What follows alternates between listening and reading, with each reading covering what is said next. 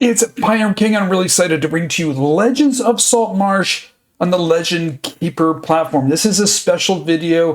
I'm going to be talking about building Legends of Saltmarsh, the new method and process I'm going through, and how you can follow along in the community for free. There's going to be a link in the description down below. So let's talk a little bit about what Legends of Saltmarsh is and my process this time instead of what I was doing with Legends of Barovia, because it's a little bit different. Now, in Legends of Barovia, my process was to write everything in Microsoft Word, make a lot of edits, get input from the supporters in the community, create the Foundry Adventure module, then take some more content, go back, edit it, and release a final PDF for the community for free. And that process takes a lot of time, but that's how I knew how to work at the time to do this process. And it was, I'm still doing it. I have a few more PDFs, final PDFs to roll out for Legends of Barovia, which I will finish all of those. I have one that's rolling out here just shortly from now, but tackling Legends of Saltmarsh, I wanted to do something different. The two projects are completely different. Legends of Barovia is based on Curse of Strahd. It's a campaign in a very closed world from beginning to end, from levels 1 to level 10. Saltmarsh, and Legends of Saltmarsh takes place in the world of Greyhawk, and I had a mission in which I wanted to really flesh out the village of Saltmarsh and the surrounding areas so people can run their own adventures. Whether you want to design your own adventure and run a one-shot, you want to run the adventures out of Ghosts of Saltmarsh, if you're playing OSR or Basic Expert Edition or Shadow Dark and you want to use one of the old OSR modules within Saltmarsh or the surrounding area, if you want to run a campaign or even a West March type campaign, I wanted to make Saltmarsh this kind of hub of activity. And after speaking with DM Andy, we decided, hey, let's flesh out Saltmarsh first, bring that town to life. The Vallaki project within Legends of Barovia became really popular. We added new locations and new NPCs and really helped bring Vallaki to life. We want to do the same with Saltmarsh, but even more so than what we did with Vallaki. So we're going to be focusing on that and then building from that adventures within Saltmarsh, the surrounding area, and then the broader area of Greyhawk, specifically the Sheldamar Valley. Now, to do this project and to work on it dynamically, because it's going to be a dynamic project, I decided to take a different approach, and I'm going to be using Legend Keeper. Now, if you're not familiar with Legend Keeper, it's a world-building application. I spent some time, a couple of years actually, looking at different world-building applications, and I normally prefer to use some notation software. You might be familiar with Notion or Obsidian. I prefer Obsidian. They're both really, really amazing note-taking software. They do have some community support add-ons for role-playing games. Sly Flourish did an excellent video on Notion, which is more template-driven. Obsidian's more free-form, but there are some applications for Obsidian as well. And what I like about both Notion and Obsidian is they're known as markdown or backlinking note-taking applications, which you can just start typing and it automatically starts backlinking stuff to you and connecting things for you. So it's a lot easier to use.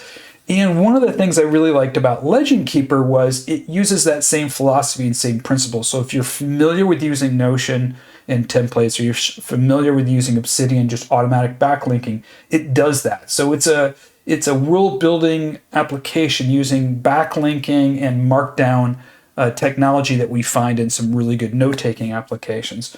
So I decided to do that because I can dynamically continue to work on this and at the same time share it with the community, and at the same time work with my editor, and at the same time work with DM Andy making the maps, and begin building the Foundry Adventure modules for this. So that's what we're going to be looking at today, the basis for Legends of Saltmarsh here in Legend Keeper. And I already have two questions I know you're going to ask because they've already been asked of me. Am I going to continue to make Foundry Adventure modules from this? Absolutely. Instead of working from Word document, I'll be working from Legend Keeper to make those Foundry Adventure modules. And number two question that I get asked already is, will I be making Legends of Barovia in Legend Keeper? And the answer is yes. I've already started that process. But again, everything's a process. Everything takes time. You have to be patient. So this is the, there's a link down below in the description that you can jump in and see this. And one thing nice about this is as I'm updating it, you will see the changes. Now, if you'd like to support us, you can. You can make a donation if you'd like, or if you want to become a member and get access to the Foundry library, everything you see for free in Legend Keeper, I'm going to be converting into Foundry, doing the walls and lighting and mapping and all the characters and actors. It'll be for 5e, but also system agnostic.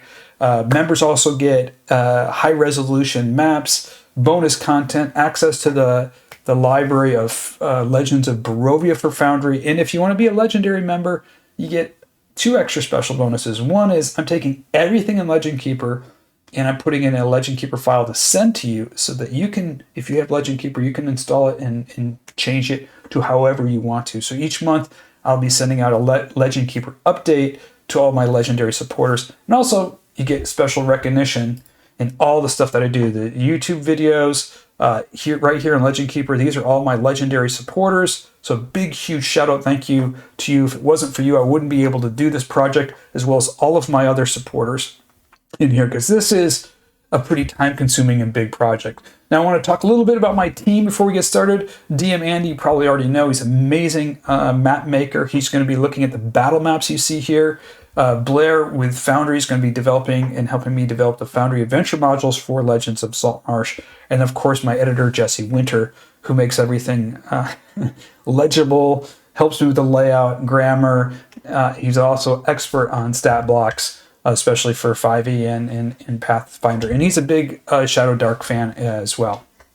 So let's jump into this. You'll notice in Legend Keeper on the left-hand side in the upper corner, I have a bunch of icons up here. And again, this is not to replace Foundry. This is not an online platform for role-playing. This is a world-building thing that you can be running on your tablet or on your computer as a game master to run the campaign like you would out of one of the PDFs that I offer or out of a book. It's not meant to replace Foundry. It can be used alongside with Foundry or at a tabletop, or if you're playing in person, you can have it on your tablet.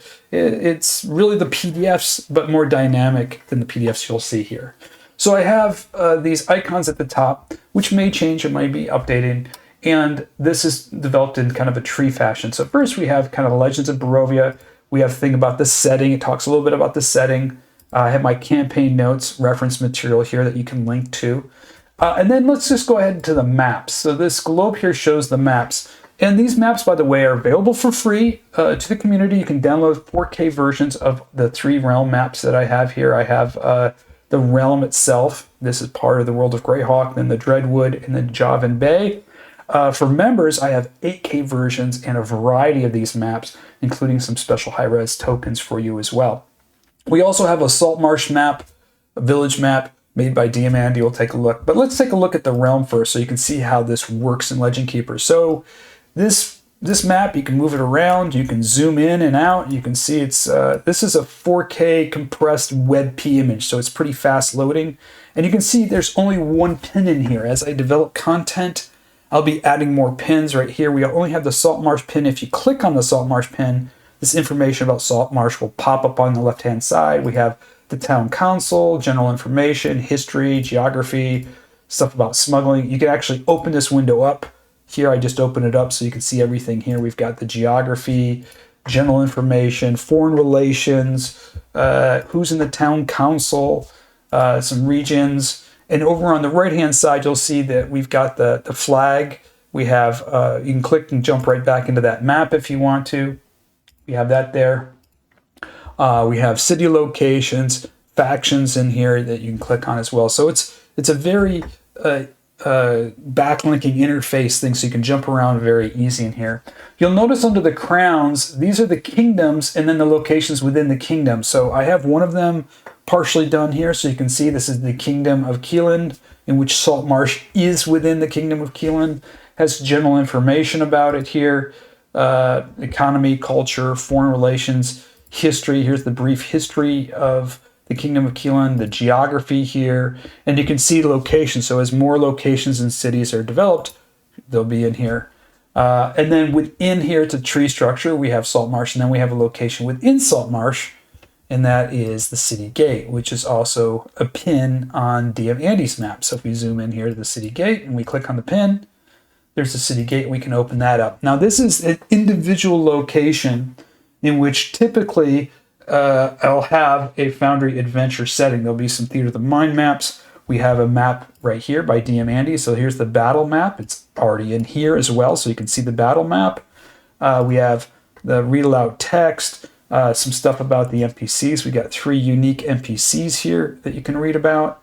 Some background, other NPCs, the dynamics at the gate, smuggling, and one of the things that I'm going to be doing here for Legends of the Saltmarsh, which is different, is each one of these locations within Saltmarsh, and there's about 20 of them in the village, is going to have a unique, what I call open-ended quest. And let me tell you a little bit about what that is. An open-ended quest is really to allow you and the players to immerse themselves more within the community, to become more familiar with not only Saltmarsh but its surroundings, to introduce you to NPCs and other locations, to create allies and enemies, for the players to get more familiar with what's going on there. So a lot of the quest rewards aren't necessarily gold, for instance, but might be building a relationship or an ally or an enemy or discovering something new. Each one of these quests has a bunch of stuff in them, and I have a quest, one of these open-ended quests for each location. So the first location, which is the city gate, we have Test of Loyalty. So if you click here, it gives you the storyline. They're concerned about one of the guards is not loyal. They're smuggling or allowing stuff to be smuggled in and out of Saltmarsh. It has some adventure hooks, how to begin the quest, where it starts. It's levels 1 to 6 here. Some rewards, building loyalty with the faction, a potential reward. It's up to you. Creating allies. There's some objectives here, some important characters, suspects, some items, clues and leads. There's a rumor table I've created here that expands. You can see, take a look at the rumor table. Key decision points, possible outcomes. I've also put in some key NPCs. These are the key NPCs that will be motivated or will be engaging with the player, their beliefs, their interactions, what they want. I also have an encounter in here. This would be an ambush by the smuggler, so if the characters go the wrong way or they get set up through tailing the guard or whatever, then they can get ambushed. Here's the encounter details. It's about 1d4 plus 1 thugs from 5e stat block or whatever stats that you want to use. Possible outcomes in here, if the party's captured or they escape or they surrender. And then also I would briefly talk about how the different factions within this area are going to relate to the quest as the quest develops over time. So these are very open-ended. That's the whole point. There's no good way or bad way to resolve these things. But what's going to happen is the players will be introduced to new locations, new NPCs, understand the factions, the political dynamics, everything that's going on within Saltmarsh. Now, I do have some key NPCs in here. Let's take a look at them. I only have one in here, but I'm loading all the primary NPCs in here. And they'll be sorted under their different factions. So I have one of them in here, and you can see that I didn't build a stat block in here, and I'm not going to be putting stat blocks into here. That's not the purpose of this. The purpose of the characters in Legend Keeper is to give you ideas of these NPCs, the importance, their appearance, their personality, their traits, a little bit of their background. So you have this information on how to role play these NPCs. Now I have a suggested stack block in here, which is the Gladiator, which I'll link back to D&D Beyond, so if you want to look at a stat block you can, but I don't want to reinvent the wheel or duplicate it. This is designed to be system agnostic, whether you're playing 5e, OSR, Shadow Dark, Shadow of the Demon Lord, whatever your favorite role-playing game system is. This is really about the character, their traits, how to role-play them, their allies, their enemies, what faction that they're a member of. He's a loyalist here. And that's how I'm designing this from the ground to beginning. Again, we have the quest up here. We have our NPCs, the different kingdoms here, the world maps. Let's take a look at those world maps again. We saw the realm. Then we zoom in. We got the Dreadwood. which is really cool. Again, Saltmarsh is on here. So Saltmarsh is on all of these. So here's the Javan Bay. This is for nautical adventures. I have 2 nautical adventures I'm already working on. I'm very excited about those, incorporating those into here. And then the village. The other thing I'm doing, by the way, which I haven't added here yet, but I will, is I did the 20 different adventures. I think there's a total of 40 adventures within this area. I'm going to be hot linking them to the map too. So there'll be pins on this map for those other adventures where they're located outside of Saltmarsh. So if you're interested in running, was it Tomb of the Lizard King? That actually takes place, I'll show you here. Tomb of the Lizard King takes place right here.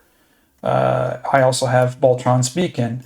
Over here, the keep this is designed in the Caves of Chaos, and all that is Keep of the Borderlands here. So I'll be putting those links to those adventures on this map too, so you can quickly find them. And as I get to them, I'll be fleshing those out as well. So that's it. That's Legend Keeper, Legends of Saltmarsh for Legend Keeper. There's a link at the bottom. Log in, you'll be able to see it get updated as I continue to work on it. And it's this content that I'll be pulling from to build those Foundry adventure modules. Thanks very much for watching. Until next time, may all your roles be critically successful.